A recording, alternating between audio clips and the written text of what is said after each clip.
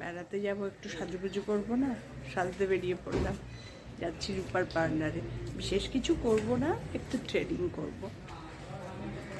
মেয়ে বেরোচ্ছে, মেয়েকে বললাম আমাকে একটু নামিয়ে দিয়ে যেত রূপার পার্লারে, কারণ আমার টাইম কনস্ট্যান্ট আছে, কারণ বাবান আছে আমার কাছে, মেয়ে অফিস গেছে, সেই জন্য তাড়াতাড়ি চলে আসতে হবে। না, আমাকে একটু নামিয়ে দিয়ে যা, তাড়াতাড়ি হয়ে যাবে, কারণ এখান থেকে না রিক্সা পেতে বড্ড ঝামেলা হয়, পাওয়াই যায় না এরম 3টে, 3:30, পৌনে 4টে এরম সময়। পার্লারে যাই, তারপরে তোমাদের সাথে আবার কথা বলবো। গাড়ি বের করছে গ্যারেজ থেকে।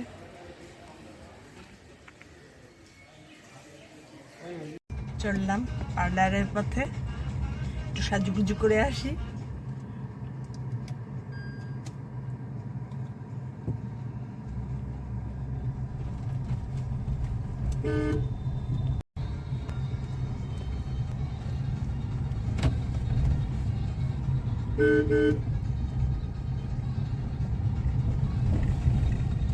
পার্লারে পৌঁছে গেছি, মেয়ে নামিয়ে দিল, মেয়ে এখনো আছে দাঁড়িয়ে।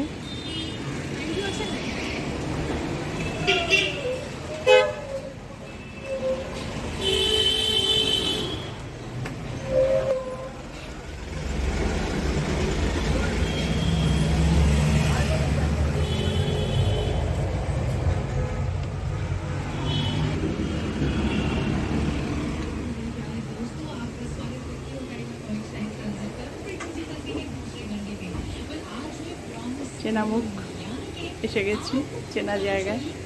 দেখো মালকিন বসে আছে আর আমি ভেবেছি কোনো ক্লায়েন্ট বসে আছে, আমি একদম গুরুগম্ভীর কথাবার্তা বলছি।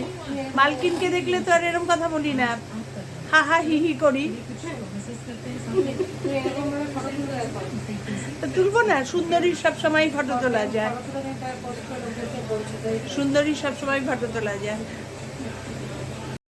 একটু সাজুগুজু কমপ্লিট, বাড়ির পাশে যাওয়ার সময় গেছি গাড়িতে, ফেরার সময় ফিরছি রিক্সায়।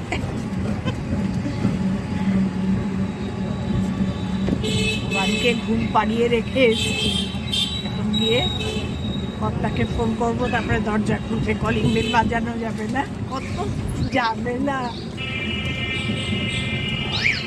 ঠিক আছে, সাজুগুজু হয়ে গেল, এবার গিয়ে সব গোছা গাছি রেডি করতে হবে। টাটা, বাড়ি চলছে, আবার তোমাদের সঙ্গে কথা বলবো। রূপার পার্লার থেকেই বাড়িতে ঢুকলাম, এখন কর্তাকে ডাকতে হবে আস্তে ধীরে। কোথাও যাওয়ার আগে একটু সাজুগুজু বলতে কি, থ্রেডিং করার খুব দরকার ছিল, থ্রেডিংটা করে আসলাম, হয়ে গেল কমপ্লিট। পার্লার থেকেই ফিরলাম, এখন বাবানকে তুলবো, যেহেতু স্যাটারডেতে ওরা বেড়াতে গেছিলো, সেদিন অ্যাবাকাসটা যায়নি, আজকে বিকেলবেলা 6:30 থেকে 8:30 ক্লাস।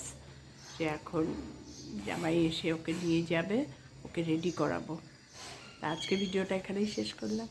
তোমরা সবাই ভালো থেকো, সুস্থ থেকো, টাটা।